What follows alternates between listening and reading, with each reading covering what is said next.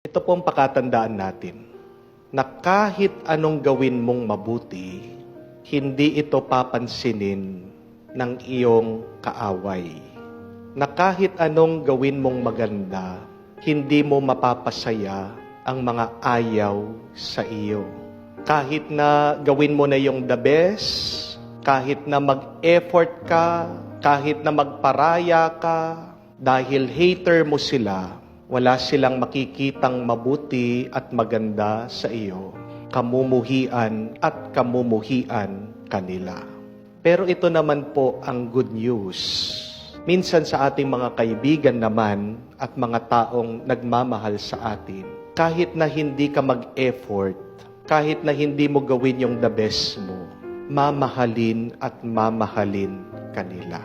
We can never please our haters, even if we are already doing our best.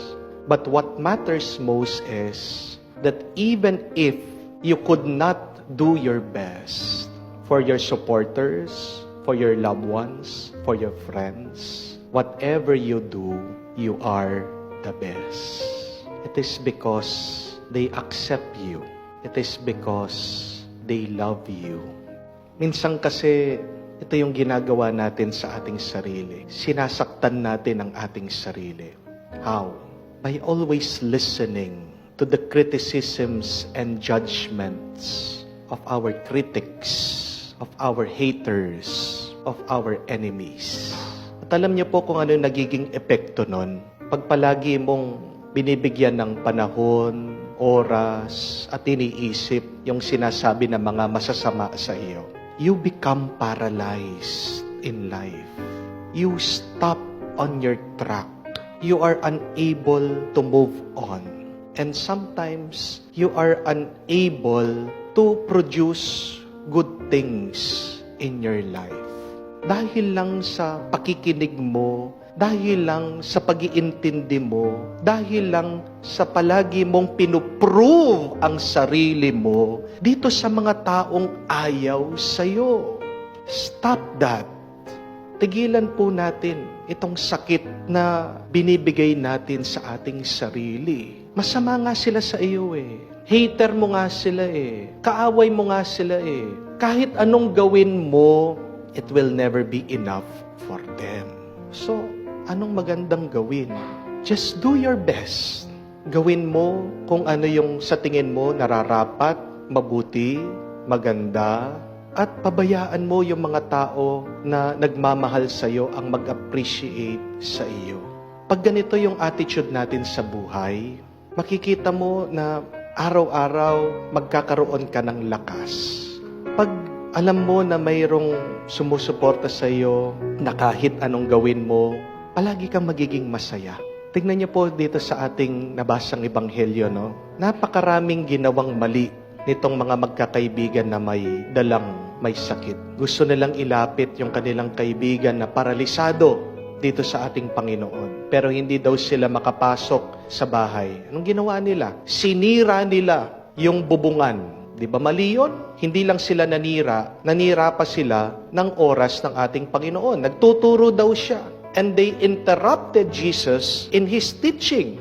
Pero kahit na nanira na sila, kahit na nag-interrupt na sila, hindi po nakita ng Panginoon yung kanilang mga pagkakamali. Iba yung nakita ng ating Panginoon. Ang nakita niya, yung malasakit na mga magkakaibigan dito sa kanilang kaibigan na may sakit.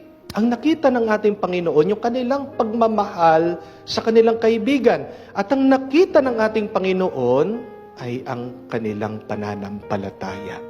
Kahit na meron silang ginawang pagkakamali, bakit ang nakita ng ating Panginoon ay yung mabuti? Kasi ang ating Panginoon ay pagmamahal. Jesus is love.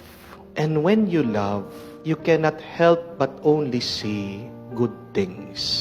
The good effort of people. Sa kabaliktaran naman, itong mga skriba at pariseo, anong nakita nila? Bakit daw nagpapatawad ang ating Panginoon? Kalapastanganan, blasphemy, sabi po nila. Meron na ngang magandang nangyayari, meron na ngang gumagaling, meron na ngang paralisado na naibabalik ang kanyang lakas. Pero tingnan niyo po, nakahanap pa rin sila ng butas. Nakakita pa rin sila ng masama. Why is that? Kasi masama ang nasa puso nila. At tandaan po natin yan. Pag may masama sa puso mo, kahit na anong maganda na nangyayari sa buhay mo, wala kang makikitang mabuti. Because your vision is clouded by that bad and evil thoughts that you have put in your heart. Alisin mo yan. Dahil yan ay nakakasakit sa iyo at sa ibang tao. Virus yan. Anger, judgment can spread. Pag meron ng tao na ganyan sa buhay natin, i-quarantine natin, i-lockdown natin, layuan muna natin kesa sa mahawa ka sa kanila, kesa sa maparalyze ka sa kanila. Mas maganda lapitan mo yung mga taong nagmamahal sa iyo. Regain your life once again. Draw strength and courage from them, from their love, from their support. Judgment, anger, paralyzes. It stops us in the track of life. Maninigas ka, manghihina ka, pag palagi ka dyan nakikinig sa paglalait, paghuhusga ng ibang tao. Pero magiging malakas ka, magiging masaya ka, at mabubuhay ka kung mananatili ka sa mga taong tanggap ka at nagmamahal sa iyo. Unang-una na palaging nagmamahal sa atin, tinatanggap tayo at palagi tayong pinapatawad ay ang Diyos.